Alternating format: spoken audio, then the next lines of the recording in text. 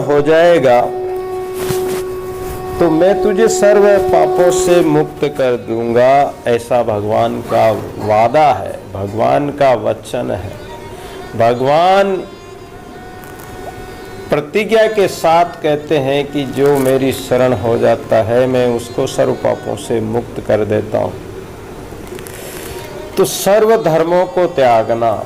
अब सर्व धर्मों को, अपन धर्म किसको मानते हैं? या तो हिंदू धर्म मानते हैं या मुसलमान धर्म मानते हैं, इसको ही हम धर्म मान बैठे हैं।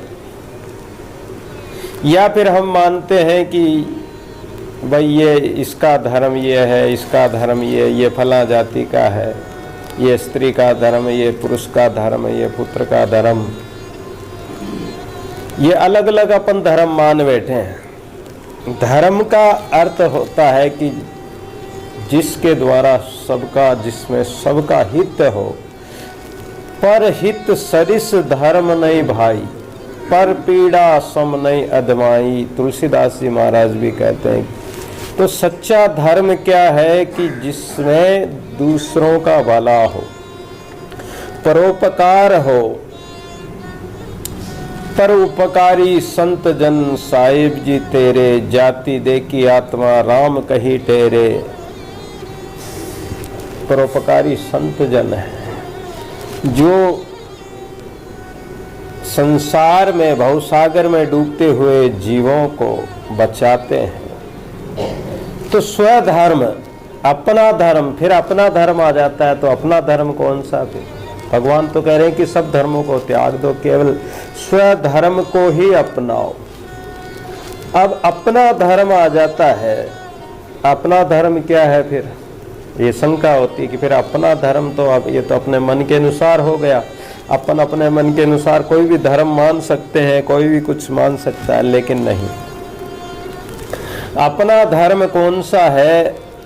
जो शास्त्र ने, संतों ने, वेद उपनिषद पुराणों में जो अपना धर्म बताया, जो कर्म बताया, जो साधना बताई, जो रीति रिवाज बताए, उन कर्मों को, उन साधना को, उन नियमों को पालन करना ही अपना धर्म है।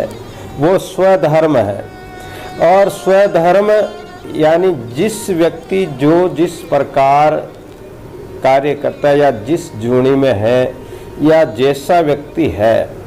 जैसे अध्यापक होता है, अध्यापक का कर्म होता है कि वो बच्चों को पढ़ाए, बच्चों को शिक्षा दे। ब्राह्मण का कर्म जैसे वेद पढ़ना, पढ़ाना, शिक्षा देना, ज्ञान देना, ज्योतिष आदि देखना, पूजा पाठ कर्मकांड करना। तो ये उसका स्वधर्म है। विद्यार्थी का धर्म है कि हर विद्या को गुरुजी जो भी विद्या दे उसको आत्मसात करना। संसार में स्त्री पुरुष का धर्म है कि वो पति का धर्म पालन करे तो पति का धर्म हुआ, पत्नी का धर्म पालन करे वो पतिव्रता का धर्म हुआ। अपने अपने धर्म को पूर्णतया दृढ़ निष्ठा से और सत्यता पूर्वक निभाना ही स्वधर्म है। जो शास्त्र ने नियुक्त किए हैं, शास्त्र ने विधि बताई है, निषेध नहीं किया। जो निषेध कर्म को तो करना ही नहीं है, लेकिन विधि युक्त शास्त्रों का, पुराणों का, ग्रंथों का, संतों का जो धर्म है, उस धर्म को अपनाना, उस धर्म के अनुसार चलना, उसको धारण करना ही स्वधर्म है। और जो अपने स्वधर्म में चलते हैं, अपने स्वधर्म को अपनाते हैं, अपने कर्म को पूर्ण भाव से और पूर्ण निष्ठा से सत्यता पूर्वक संपन्न करते हैं, तो वो उनका कार्य भी पूर्ण होता है और वो निंदनीय कर्म भी नहीं होता है। यदि पतिव्रता स्त्री अपने धर्म को पूर्णतया नहीं निभाए तो वो अगर परपुरुषों का संग करे तो परपुरुषों के संग से उसका कर्म निंदनीय होगा, पापमय होगा, क्योंकि वो उसका स्वधर्म नहीं है, वो पर धर्म हो गया। इसी प्रकार हर आश्रम, चाहे ब्राह्मण हो, क्षत्रिय हो, शूद्र हो, वैश्य हो, उनको भी अपना अपना धर्म निभाना स्वधर्म है। जातिगत, चाहे व्यक्ति विशेष कोई भी हो, जो भी जिसको जो कार्य जो करता है उस कार्य को सत्यता पूर्वक और शास्त्रानुसार संपन्न करता है तो वह उसका स्वधर्म है।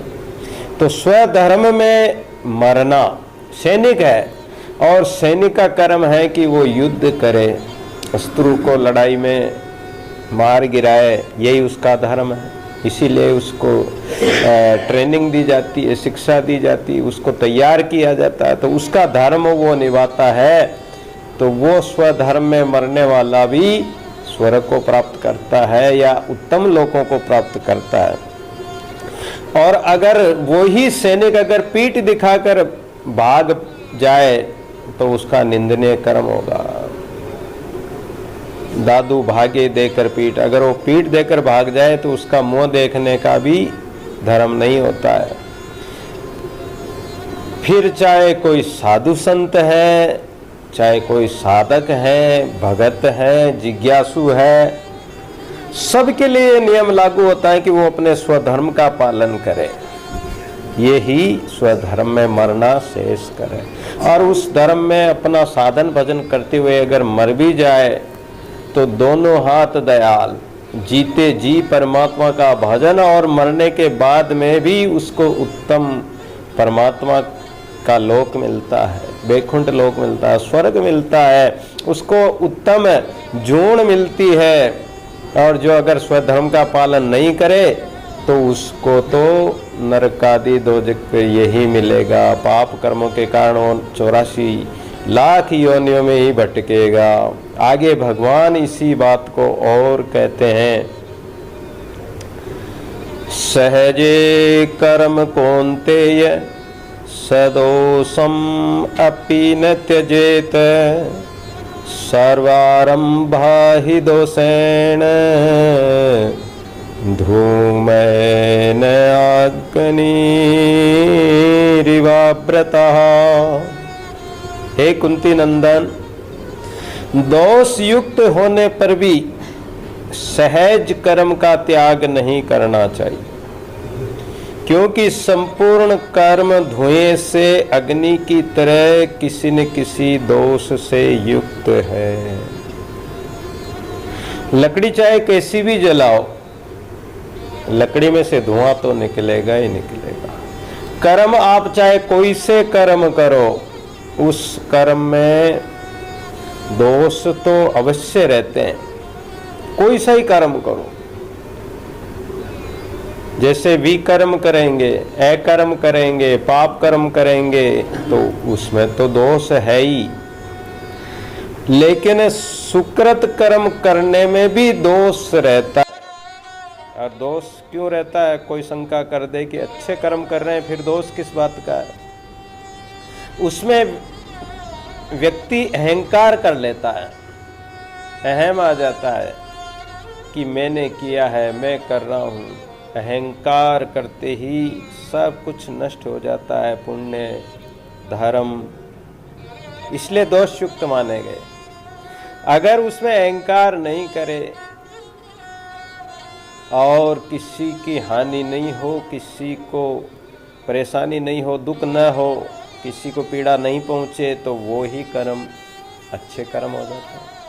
तो इसलिए हर लकड़ी के अंदर जलाने पर उसमें धुआं निकलता। ऐसे ही जो भी कर्म करोगे तो वो दोष युक्त तो है, लेकिन फिर भी कर्म में भी फर्क होता है। तो सहज कर्म करो, और सहज कर्म बता रहे हैं, सहजे कर्म कौन्तेय सदोषमपि न, यानी स्वभाव नियत कर्म सहज कर्म कहलाते हैं। वही बात आ गई कि ब्राह्मण का कर्म है कि सम दम आदि सहित रहे, स्त्रिय का शौर्य और तेज धर्म है, वैश्य का कृषि और गौरक्षा इत्यादि कर्म है, शूद्र का कर्म है सेवा करना है, तो ये सब सहज कर्म है। ऐसे ही शास्त्र नियत जो कर्म है वो सहज है, और सहज कर्मों का कभी परित्याग न करें, क्योंकि ये जीव परमात्मा का अंश है। एक परमात्मा और एक परमात्मा का अंश। अब दोनों है तो वस्तुतः एक ही है। परमात्मा कर्म करता नहीं है, परमात्मा तो सृष्टा है, दृष्टा है, लेकिन जीव कर्म करता है। जीव प्रकृति के अधीन है, कर्मों के वश जीव है। कर्म रहित सो ब्रह्म। दादू जी महाराज एक ही शब्द में शंका का निवारण कर देते हैं कि कर्म से बंधा हुआ तो जीव है, और कर्मों से रहित परमात्मा है। और इसी कारण से जीव कर्मों के वश 84 में फिरता है। कर्म फिरावे जीव को, कर्मों को करतार, करतार को कोई नहीं दादू फेरनहार। तो जीव जो कर्म करता है वो प्रकृति के वश परतंत्र होकर करता है, क्योंकि प्रकृति उसके वश में नहीं है। प्रकृति के वश में वो है और परतंत्र है। लेकिन जो कर्म करता उस कर्म में ये तो कम से कम देख ही सकता है कि ये कर्म पापमय है, इसका परिणाम दुखमय होगा, इसका परिणाम क्या होगा, ये विवेक तो उस व्यक्ति में होता ही है।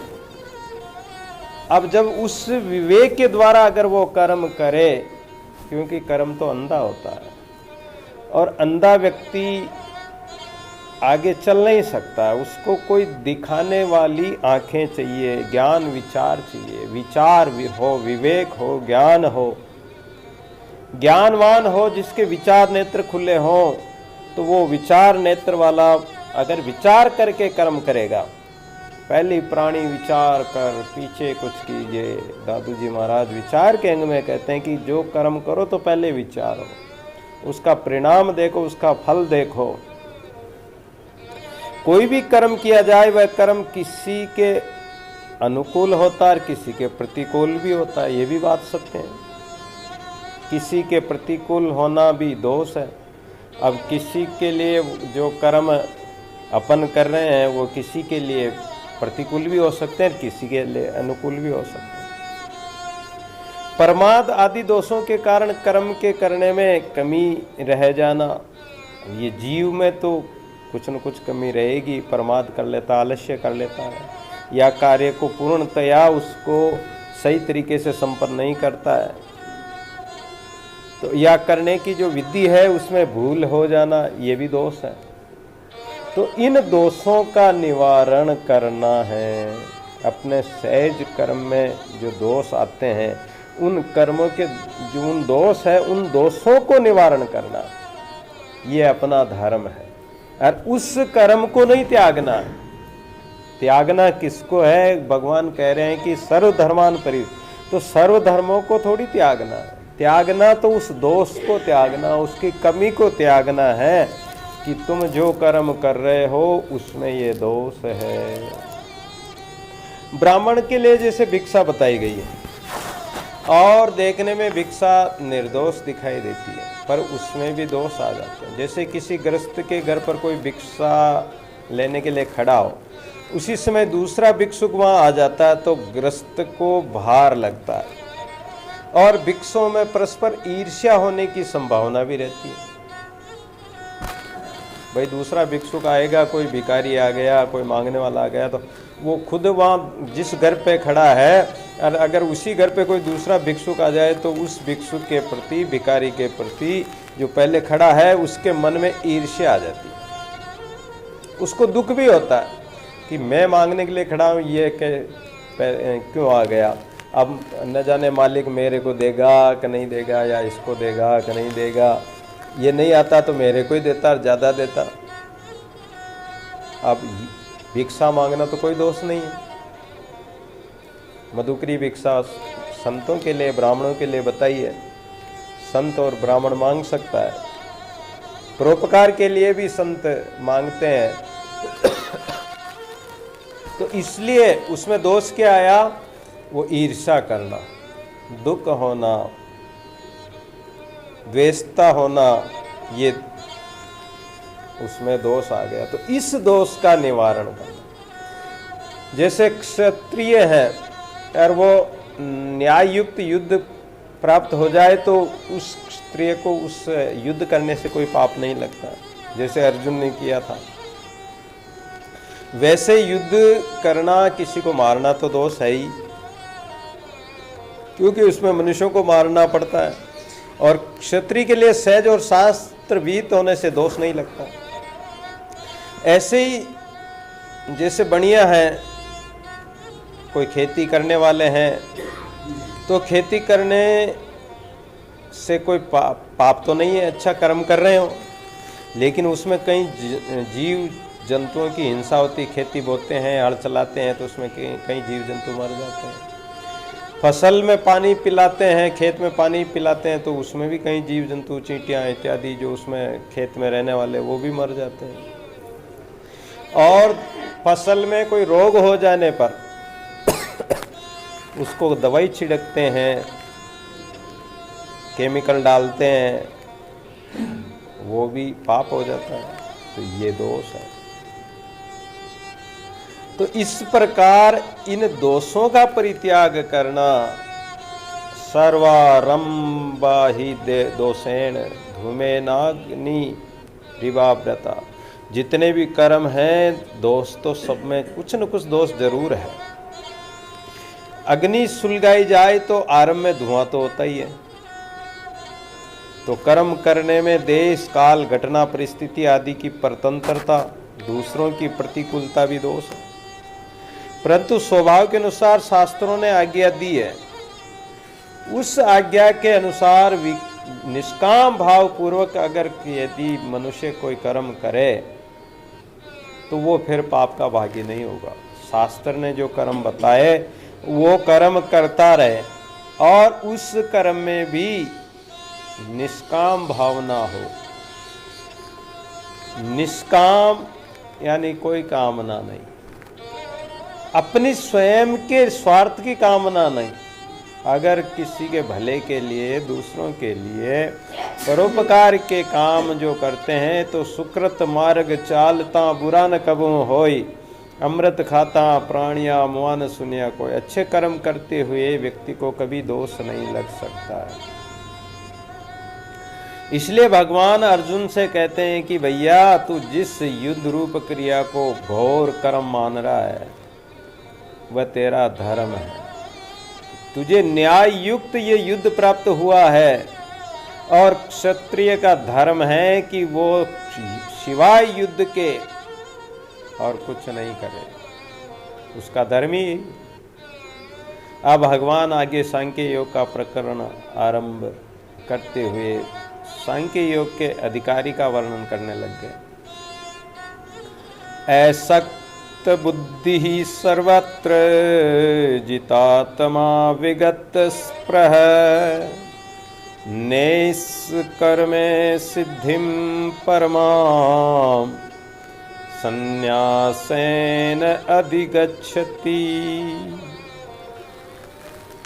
जिसकी बुद्धि सब जगह आसक्ति रहित है और जिसने शरीर को वश में कर रखा है, जो स्पृहा रहित है, वह मनुष्य सांख्य योग के द्वारा निष्कर्मे सिद्धि को प्राप्त हो जाता है। ऊपर बताया था निष्काम कर्म, तो वो निष्काम कर्मी कब बनेगा? निष्कर्म। अब लोग कह सकते हैं, शंका भी हो सकती है कि कर्म कर रहे हो, कोई भी कर्म कर रहे हैं, खेती कर रहे हैं, व्यापार कर रहे हैं, नौकरी पेशा, दुकान मकान, जो भी कुछ कर्म कर रहे हैं, अगर हमारी कोई कामना ही नहीं हो, हमें कोई इच्छा ही नहीं हो, उसके फल की इच्छा ही नहीं हो, तो फिर हम कर्म भी क्यों करेंगे? और हमें कर्म करने की आवश्यकता ही कहाँ रहेगी? जब फल की इच्छा ही नहीं है, फल लेना ही नहीं है, फसल बोई है तो फसल लेना ही नहीं है, तो फिर कर्म क्यों करें? उसका तो भगवान ने गीता में कहा कि वो प्रमाद और आलस्य कहलाता है, और बिना कर्म किए कोई रह नहीं सकता। कर्म तो करेगा व्यक्ति, जीव का कर स्वभाव है कर्म करना, तो वो कर्म किए बिना रहेगा नहीं, चाहे वो पाप कर्म करो चाहे वो अच्छे कर्म करो। तो इसलिए कर्म तो करेंगे, लेकिन कर्म में निष्काम भावना होना, आसक्ति रहित होना। अगर जो कर्म कर रहे हैं उस कर्म के चाहे वो उसका फल मिले या न मिले, इस प्रकार की भावना से अगर करोगे कि हमें फल चाहे मिले या न मिले सब परमात्मा के हाथ हैं, और हमें तो हमारा कर्म करना है, और इस कर्म के करने से किसी का अहित भी नहीं हो रहा है, दुख मतलब किसी को दुख या कष्ट नहीं पहुंच रहा है, तो ऐसे कर्म करने से भला तो अवश्य होगा ही होगा, बुरा तो होगा नहीं। और फल की इच्छा भी नहीं, कामना भी नहीं है, एक सहज भाव से वो कर्म कर रहा है, तो वो उसका कर्म आसक्ति रहित होने से और स्प्रा कहते हैं कि किसी चीज में बिल्कुल भी राग न हो, जो चीज चाहे नष्ट हो जाए तो भी उसका दुख न हो, जो चीज चाहे वस्तु हो व्यक्ति हो, चाहे वो उसका संयोग हो मिल जाए तो भी उसमें वो सुखी दुखी नहीं होता है। ये बात भी भगवान पहले कह के है कि सुख दुख समय लाभो लाभो जया जयो, यानी जय विजय में, हार में और सुख में दुख में हानि लाभ में जो सम रह जाए, समभाव से रह जाए, वो योगी है, वो स्थित प्रज्ञ है। तो जो स्थित प्रज्ञ बुद्धि वाला है वो दुख नहीं मानता है, और जो दुख नहीं मानता है तो चाहे हानि हो चाहे लाभ हो चाहे नुकसान हो चाहे फायदा हो, उसमें वो हानि लाभ मानेगा ही नहीं, उसमें वो लिपायमान होगा ही नहीं। वो इंद्रियातीत है, इंद्रिय जीत है, वो जितात्मा है, वो यति है, जति है। ऐसा असक्त बुद्धि वाला जो आसक्ति रहित है, जिसकी बुद्धि किसी भी वस्तु व्यक्ति में मोह ममता नहीं करे, वस्तु व्यक्ति परिस्थिति देश काल घटना, चाहे पदार्थ हो वस्तु हो कुछ भी हो, उसमें आसक्त न हो, ऐसी बुद्धि वाला और विगत स्पृहा, यानी जिसकी किसी भी चीज में आसक्ति न हो, राग न हो, कैसी भी उसकी परिस्थिति आ जाओ उसमें वो सम रह जाए, तो वो विगत स्पृहा रहित कहलाता है। निष्प्रह रहने वाला, निष्कर्मे परमाम संन्यासेनाधिगच्छति, ऐसा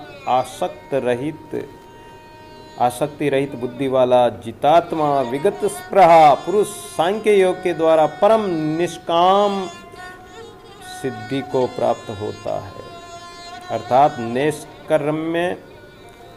निष्क्रम्य रूप परमात्मा तत्व को प्राप्त हो जाता है। कारण की क्रिया मात्र प्रकृति में होती है, और जो स्वयं उस क्रिया के साथ अगर लेस मात्र भी संबंध नहीं रखे, जैसे परिवार का मुखिया होता है, वो कमा कमा कर लाता है, परिवार को खिलाता है।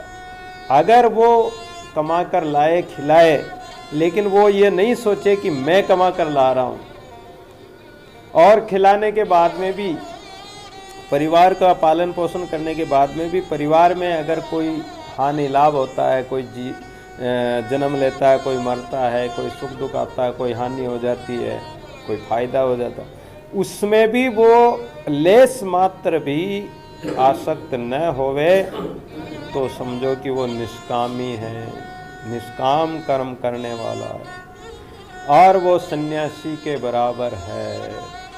सन्यासी जैसे सन्यास लेकर सब कर्मों का वो सन्यास कर देता है, सब कर्मों का वो न्यास यानी नष्ट कर देता है, सब कर्मों की आसक्ति को, मोह ममता को।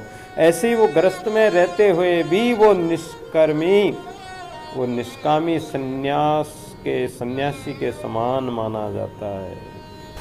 वो निर्लिप्त है, वो लिपायमान नहीं, रहे नियारा काऊ लिप्त न होई, वो किसी में लिपायमान होता ही नहीं है। अब उस परम सिद्धि को प्राप्त करने की विधि बताने की प्रतिज्ञा करते हैं भगवान।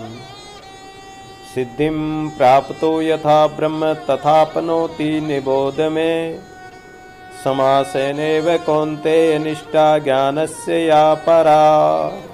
है कौन्तेय, सिद्धि अंतःकरण की शुद्धि। सिद्धि का मतलब होता अंतःकरण की शुद्धि।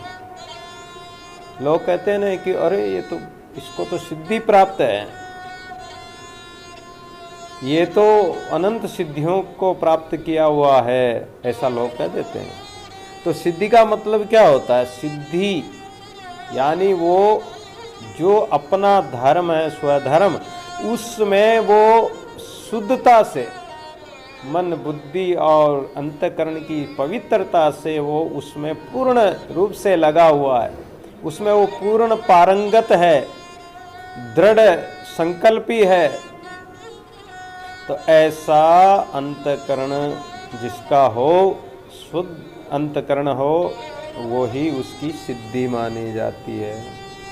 तो वो अंतःकरण की सिद्धि को प्राप्त हुआ साधक, जिसका अंतःकरण पवित्र है, वो ऐसा ब्रह्म को, जो कि ज्ञान की प्रानिष्ठा है।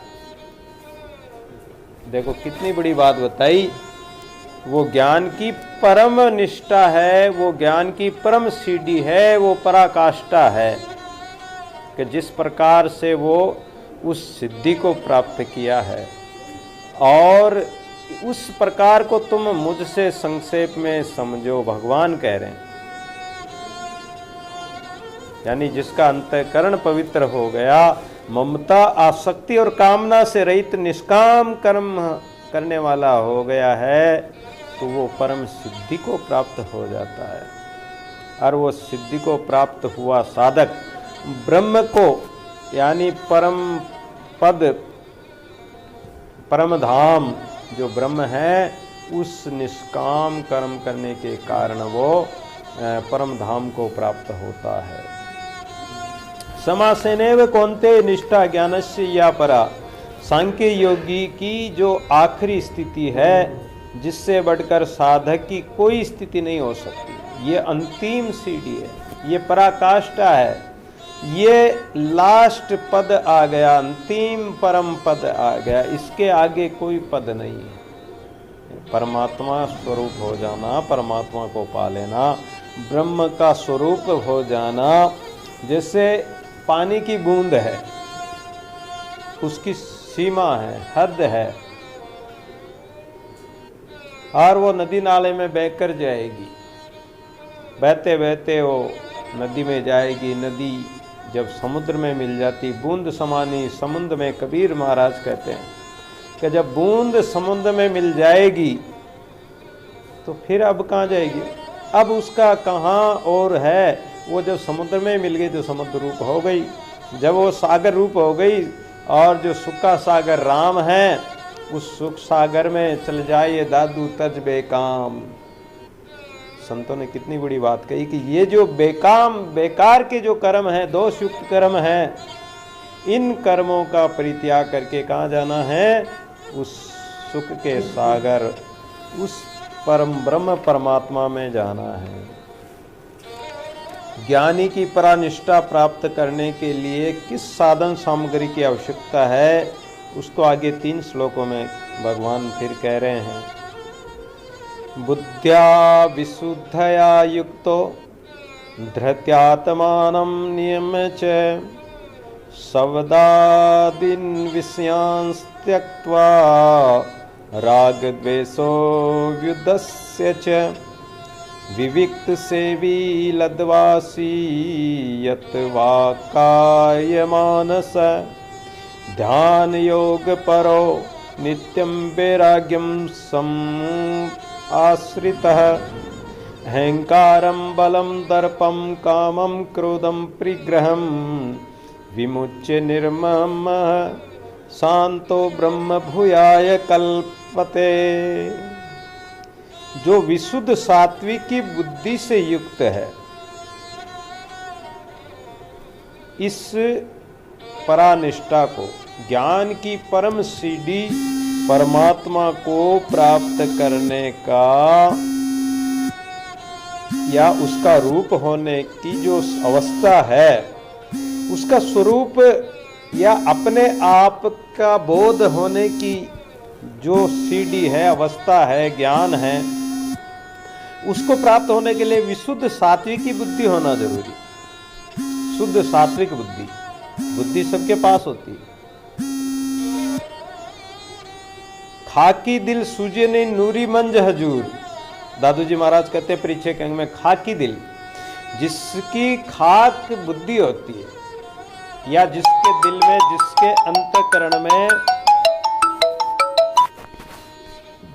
अंतःकरण में कचरा भरा हो, कूड़ कपट अहंकार भरा हो, तो वो विशुद्ध बुद्धि नहीं मानी जाएगी, उसका मन विशुद्ध नहीं माना जाएगा। जिसकी बुद्धि में विकार भरे हों तो वो भी विशुद्ध नहीं मानी जाएगी। विकार रहित शुद्ध सात्विक बुद्धि जो संतों की श्रेष्ठ बुद्धि है, संतों का श्रेष्ठ ज्ञान है, ये बुद्धि हो वैराग्य के आश्रित, और जिसमें वैराग्य हो। वैराग्य किसको कहते हैं कि ब्रह्म भोग लो चहे सबन को त्याग,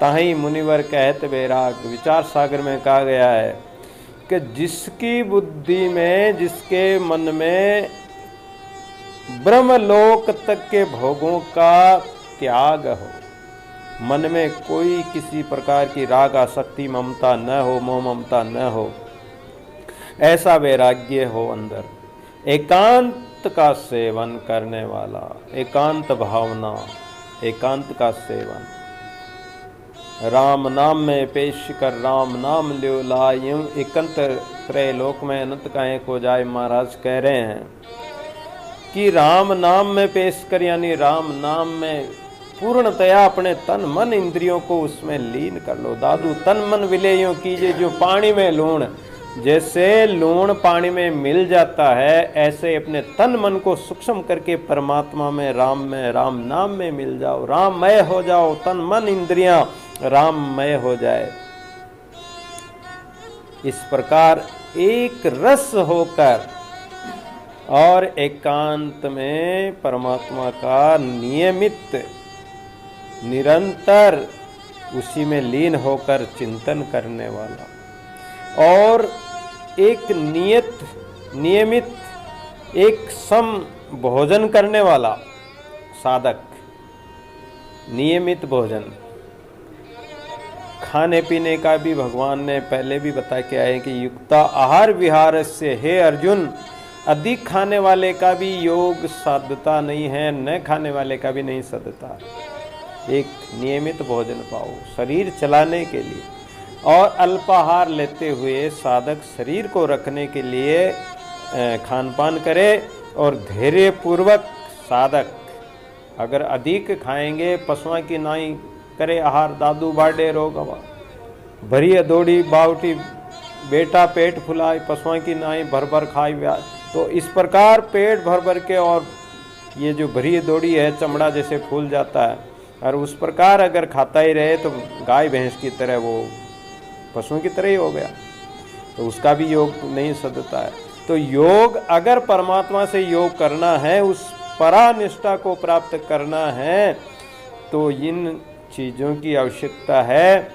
जैसे दादू जी महाराज ने सोज सामग्री बताई कि आत्मा, वैष्णव, सुबुद्धि, भूमि, संतोष, स्थान, मूल, मंत्र, मन, माला, गुरु, तिलक, सत्य, संयम, शील, सूचि, ध्यान, धोती, काया, कलश, प्रेम, जल, मनसा, मंदिर, निरंजन देव, आत्मा, पाति, पू, प्रीति, चेतना, चंदन, नवदा, नाम, भाव पूजा, मति, पात्र, सहज समर्पण, शब्द घंटा, आनंद आरती, दया प्रसाद, अनन्य एक दशा, तीर्थ, सत्संग, दान, उपदेश, व्रत, सुमरण, खट, गुण, ज्ञान, जपा, जाप, अनुभव, आचार, मर्यादा, राम, फल, दर्शन, अभियंतर, सदा निरंतर, सत्य, सोज, दादू, वर्तते, आत्मा, उपदेश, अंतर्गत पूजा। परमात्मा की पूजा करनी है, परमात्मा को प्राप्त करना, तो ये अंतःकरण की सामग्री जरूरी है, बाहर की जरूरत नहीं। अंतःकरण की शुद्धि जरूरी है। धैर्यता पूर्वक साधक इंद्रियों का नियम करे, मन इंद्रियों को सम दम, विचार सागर में कहा कि सम और दम इंद्रियों का दमन करे, तन मन इंद्रियों को दमन करके शरीर वाणी मन को वश में करके शब्दादि विषयों का त्याग करके, शब्दादि शब्द विषय, यहाँ संसार के शब्दों का कह रहे हैं कि हम न जाने कितने अपशब्द बोलते रहते हैं, और दादू बहुत न बोलिए सहजे रेशमाए, बहुत बोलियां बाहिरभूत हो जाए, दादू जी महाराज कहते हैं। तो हम दिन भर बोलते रहते तो वाणी नापाकियों की न भाई, बदी की बात सुनत श्रवण नापाकियों की न भाई, हम फालतू बातें सुनते रहेंगे तो हमारे कान नापाक हो जाएंगे, अपवित्र हो जाएंगे। और मुख से हम अगर अपशब्द और संसारिक बातें करते रहेंगे तो हमारी ये जीभ भी झूठ बोलेंगे, तो हमारी ये जीव है जीवा है, हमारी वाणी है, ये अपवित्र हो जाएगी। तो हमें शब्द भी बहुत सोच समझ कर बोलना चाहिए। और फिर विषयों का जो विषय है, चाहे किसी भी प्रकार का व्यसन है, और 5 इंद्रियों के 5 विषय हैं, शब्द स्पर्श रूप रस और गंध, इन विषयों का भी परित्याग करना जरूरी है। और राग द्वेष को छोड़कर, राग द्वेष होता ही है, ईर्ष्या होती है किसी वस्तु में, जहाँ जिस वस्तु में अपनापन है कि ये मेरा लड़का है, ये मेरी लड़की है, ये मेरा पति है, पत्नी है, पुत्र है, धन है, संतान है, जो भी वस्तु है, व्यक्ति है, उसमें अपनी आसक्ति होना, अपनापन होना ही आसक्ति है, राग है। तो राग से तो प्रेम उत्पन्न होगा, मोह उत्पन्न होगा। अगर किसी वस्तु में हमारा राग होगा तो उसमें मोह उत्पन्न होगा, और मोह होने से उस व्यक्ति के वियोग होने पर, नष्ट होने पर, या कहीं चले जाने पर दुख भी होगा, मिलने पर हर्ष होगा। सुख दुख होना, हानि लाभ होना, ये समता के लक्षण नहीं है। और जो समता युक्त ज्ञानी होता है, स्थित प्रज्ञ होता है, जिनकी बुद्धि में सम अवस्था होती है, उसमें ये राग द्वेष होते ही नहीं है। और एक व्यक्ति में, वस्तु में हम राग करेंगे तो उस वस्तु और व्यक्ति के अनुकूल रहने पर तो हमारा उसमें राग मोह बढ़ेगा। जैसे पति पत्नी में आपस में प्रेम रहता है तो वो मोह है, संतान के प्रति ममता होती है तो वो ममता है। अगर वो ही पति पत्नी में आपस में झगड़ा हो जाए तो क्या बढ़ेगा? द्वेष हो जाएगा, क्रोध आएगा, राग द्वेष बढ़ गया, हो गया। और संतान भी अगर कहना नहीं करेगी, कहना नहीं मानेगी, अनुकूल नहीं होगी, प्रतिकूल अवस्था आएगी तो उसमें भी उनको द्वेष होगा। वस्तु है, अगर वो हमारे अनुकूल काम दे रही है तब तक तो वो उसमें हमारी आसक्ति है, और अगर वो प्रतिकूल हो जाती है या हमारे अनुकूल वो काम नहीं देती है, उसका परिणाम हमारे अनुकूल नहीं मिलता है, तो उससे द्वेष हो जाएगा। तो इसलिए राग द्वेष को भी त्यागना है।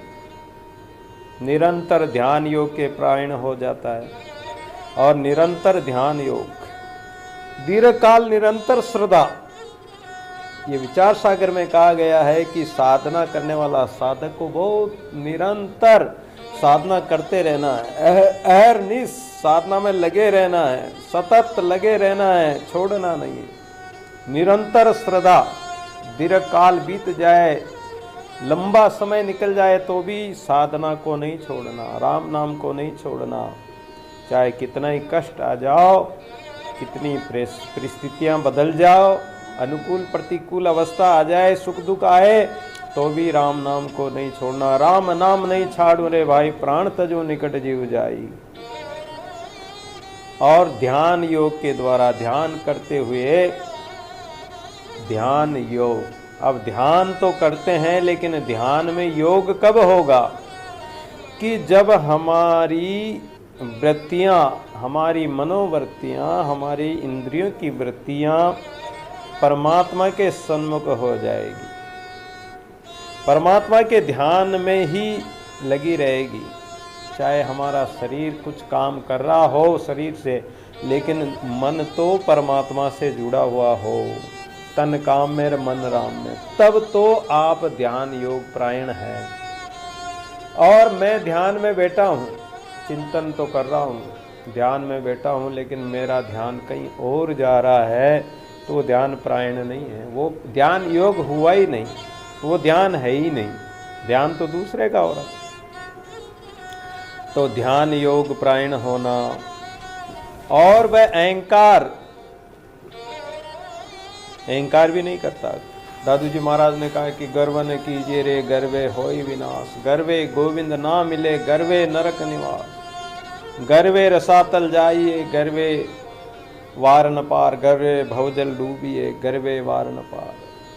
गर्व करने से तो अहंकार होता है, नरक मिलता है, नाश हो जाता है। तो वो अहंकार का, घमंड का, गर्व का त्याग कर देता है। अहंकार किसका होता है? कि जिसने अपना कुछ माना है। अहंकार कब होगा? कि मैं कुछ हूं, और जब तक मैं कुछ हूं तो फिर अहंकार आएगा ही आएगा।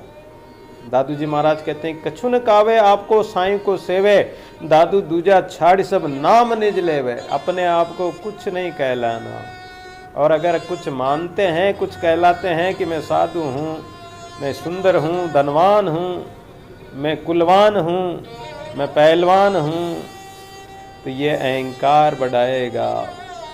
अपने बल का हो, चाहे किसी प्रकार का मद हो, धन का हो, कुल का हो, सौंदर्य का हो, रूप का हो, यौवन का हो, ये सब अहंकार है। या मेरे पास इतने गाड़ी घोड़े मकान जमीन सब साधन हैं, ये भी अहंकार है। अपने बल का भी अहंकार होता है। दर्प हो जाना, ये दर्प भी किसे कहते हैं? दर्प कि जैसे जमीन जायदाद आदि बाह्य चीजों की विशेषता को लेकर जो घमंड होता है, उसे दर्प कहते हैं।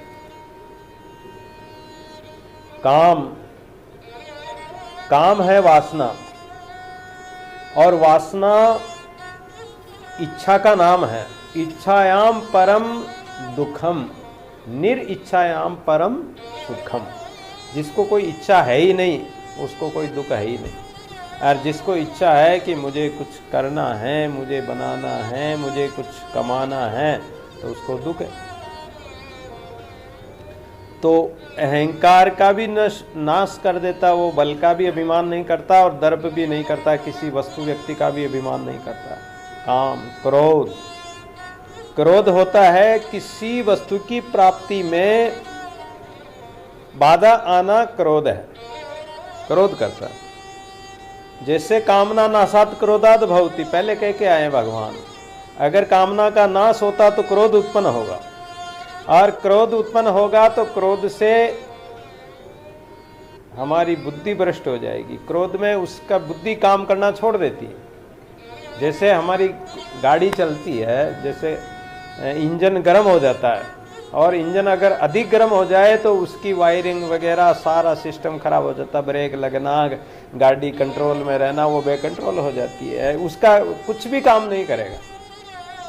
हिट पे गाड़ी आ जाए, इंजन हिट मार जाए तो वो कुछ भी काम नहीं करेगा। ऐसे ही हमारा जो दिमाग का, हमारे बुद्धि में अगर क्रोध रूपी अग्नि लग जाती है, क्रोध रूपी अग्नि के द्वारा अगर हमारे शरीर में वो गर्मी बढ़ गई, क्रोधाग्नि बढ़ गई, तो उसमें हमारी इंद्रियां, तंत्रिका तंत्र, मन, बुद्धि, ये सब काम करना छोड़ देती है। बुद्धि काम करना छोड़ देती है, और जब बुद्धि काम करना छोड़ देती है तो वो न जाने कौन सा अकर्म पाप कर्म कर बैठता है, हिंसा कर देता है, उसको कुछ पता नहीं रहता है, क्रोध में कर देता है।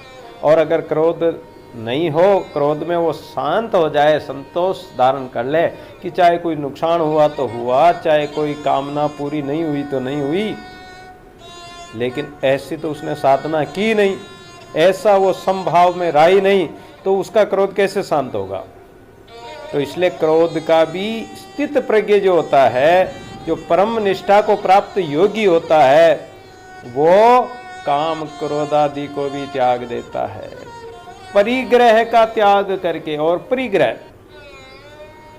परिग्रह का मतलब है कि हम संसार में बहुत सारे साधन, वस्तु, व्यक्ति इकट्ठा कर लेते हैं। अब उसको क्या कहते हैं? हम संग्रह करते रहते हैं कि हमारे काम आएगी, ये परिग्रह। तो ये संग्रह प्रवृत्ति नहीं रहना, संग्रह का भी परित्याग कर देना है कि हमें संग्रह करना ही नहीं। किसके लिए करना? पिपाजी महाराज के पास एक बार कोई व्यक्ति एक गाड़ी भर अनाज भर के लेके आया। पिपाजी महाराज ने दूसरे दिन संतों को बुला के और भंडारा कर दिया कि हमें संग्रह रखना ही नहीं, कल के लिए। महाराज कल के लिए क्या करेंगे? कि कल परमात्मा देगा, परमात्मा का भरोसा होता है। ऐसा विश्वास हो, वो स्थित प्रज्ञ कहलाता, वो परम निष्ठा, परानिष्ठा को प्राप्त हो जाता है। तो ऐसा व्यक्ति परिग्रह का भी त्याग कर देता और निर्मम, यानी जिसके मन में कोई प्रकार की ममता न हो। मम यानी मेरा है ही नहीं, मेरा मानता ही नहीं है, हर वास्तव में अपना है ही नहीं। दादू रे तन अपना नहीं तो कैसे भया संसारा। दादू जी महाराज कहते हैं कि मेरा शरीर ही मेरा नहीं है, संसार मेरा कैसे होगा?